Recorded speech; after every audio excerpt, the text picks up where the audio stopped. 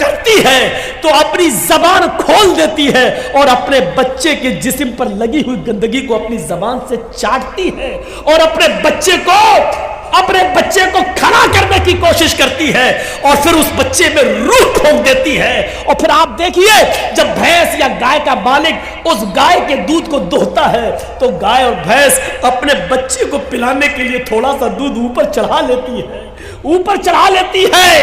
تصور کرو. اور جب اس کے بچے کو چھوڑا جاتا ہے تو فوراً وہ گائے اور بھینس دودھ کو نیچے اتار کے اپنے بچوں کو پلاتی ہے. یہ محبت, یہ الفت اس گائے کے اندر, اس بھینس کے اندر, اس بکری کے اندر کس نے رکھی ہے؟ یہ اسی محبت, اسی رحمت کے ایک درجے کا حال ہے. اسی رحمت کے ایک درجے کا حال ہے. اور سنیے, جس نے 99 درجے اپنے پاس رکھے ہو وہ کتنا مہربان ہوگا. ایک بکری جب اپنے بچے پر اتنا مہربان ہے, ایک کتیا اپنے بچے پر اتنا مہربان ہے, ایک مرغی اپنے بچوں کے لیے اتنا مہربان ہے, تو سوچئے یہ ابھی ایک درجہ ہے. ابھی ہم انسانوں پر نہیں آئے. حضرت عمر فاروق فرماتے ہیں ایک جنگ کے اندر کچھ قیدی گرفتار کیے گئے اور گرفتار کر کے ان کو جناب محمد رسول اللہ کے سامنے لایا گیا. ایک جنگ کے اندر کچھ قیدیوں کو گرفتار کیا گیا اور ان قیدیوں کو محمد رسول اللہ کے سامنے پیش کیا گیا. ان قیدیوں میں ایک عورت بھی تھی. جو قیدی قید کر کے لائے گئے, جو مجرم قید کر کے لائے گئے, ان مجرمین کی لسٹ میں, ان قیدیوں کی لسٹ میں ایک عورت بھی تھی. اس کا بچہ کہیں, شیرخوار بچہ, دودھ پیتا بچہ کہیں گم ہو گیا تھا, کہیں کھو گیا تھا, دودھ پیتا بچہ. یہ عورت جب اللہ کے نبی صلی اللہ علیہ وسلم کے سامنے پیش کی گئی اور جو قیدی نبی کے سامنے پیش کیے گئے, اس عورت کو ہوش نہیں ہے کہ ہم کو نبی کے سامنے پیش کیا گیا ہے, کیا سزا ملے گی. اس کا دماغ اپنے بچے کی طرف لگا ہوا ہے. وہ اپنے بچے کے بارے میں سوچتی ہے کہ میرا دودھ پیتا بچہ کہاں ہوگا. یہاں تک کہ وہ نبی اکرم صلی اللہ علیہ وسلم کے حکم کے مطابق قیدیوں کو ایک میدان میں جمع کر دیا گیا. اس میدان میں اس عورت کو بھی لایا گیا. وہ عورت جس بھی چھوٹے بچے کو دیکھتی, جس چھوٹے بچے کو دیکھتی, جس دودھ پیتے بچے کو دیکھتی, اس سے چھین لیتی اور اپنے پستان سے اس بچے کو لگا کر دودھ پلانے لگتی. اللہ کے نبی نے پوچھا ایسا یہ عورت کیوں کر رہی ہے؟ جس عورت کے بچے کو دیکھتی یہ پکڑ لیتی اور اپنے پستان کا دودھ پلانے لگتی. ایسا کیوں ہے؟ جواب ملا اللہ کے نبی, اس عورت کا بچہ کہیں گم ہو گیا ہے, اس لیے یہ ہر بچے کو اپنا بچہ سمجھ رہی ہے. اللہ کے نبی نے اس عورت کی اس محبت کو دیکھا, اس عورت کی اس رحمت کو دیکھا جو دوسروں کے بچے کو اپنا بچہ سمجھ رہی ہے. اللہ کے نبی صحابہ سے سوال کرتے ہیں, آئے میرے ساتھیوں, اگر اس کو اس کا بچہ مل جائے اور پھر اس عورت سے کہا جائے کہ اپنے بچے کو آگ میں پھینک دو, تو تم کیا امید رکھتے ہو, کیا یہ عورت اپنے بچے کو آگ میں ڈال دے گی؟ تصور کرو نبی کا سوال. جو عورت دوسرے کے بچے کو اپنا بچہ سمجھ رہی ہے, اگر اس کو اس کا بچہ مل جائے پھر اس عورت سے کہو کہ اپنے بچے کو آگ میں ڈال دے, جلتی ہوئی آگ میں ڈال دے, تو کیا وہ ڈال دے گی؟ صحابہ نے کہا نہیں, ہرگز نہیں. اس کی محبت یہ کبھی گوارا نہیں کرے گی کہ وہ اپنے بچے کو آگ میں ڈال دے. اللہ کے نبی فرماتے ہیں میرے ساتھیوں, رب کی رحمت کے 100 درجوں میں سے ایک درجہ رحمت کا یہ حال ہے کہ وہ اپنے بچے کو آگ کے حوالے نہیں کر سکتی ہے. جس کے پاس 99 درجے رحمت ہو وہ قیامت کے دن اپنے بندے کو جہنم کی آگ میں کیسے ڈالے گا؟ اس کی رحمت یہ کیسے گوارا کرے گی کہ اپنے بندے کو جہنم میں ڈال دے؟ لیکن بندے گناہ کر کر کے، شرک کر کر کے، بدعتیں کر کر کے، شراب نوشی کر کر کے، حرام کھا کھا کر، حرام کی کاروبار کر کر کے اپنے آپ کو خود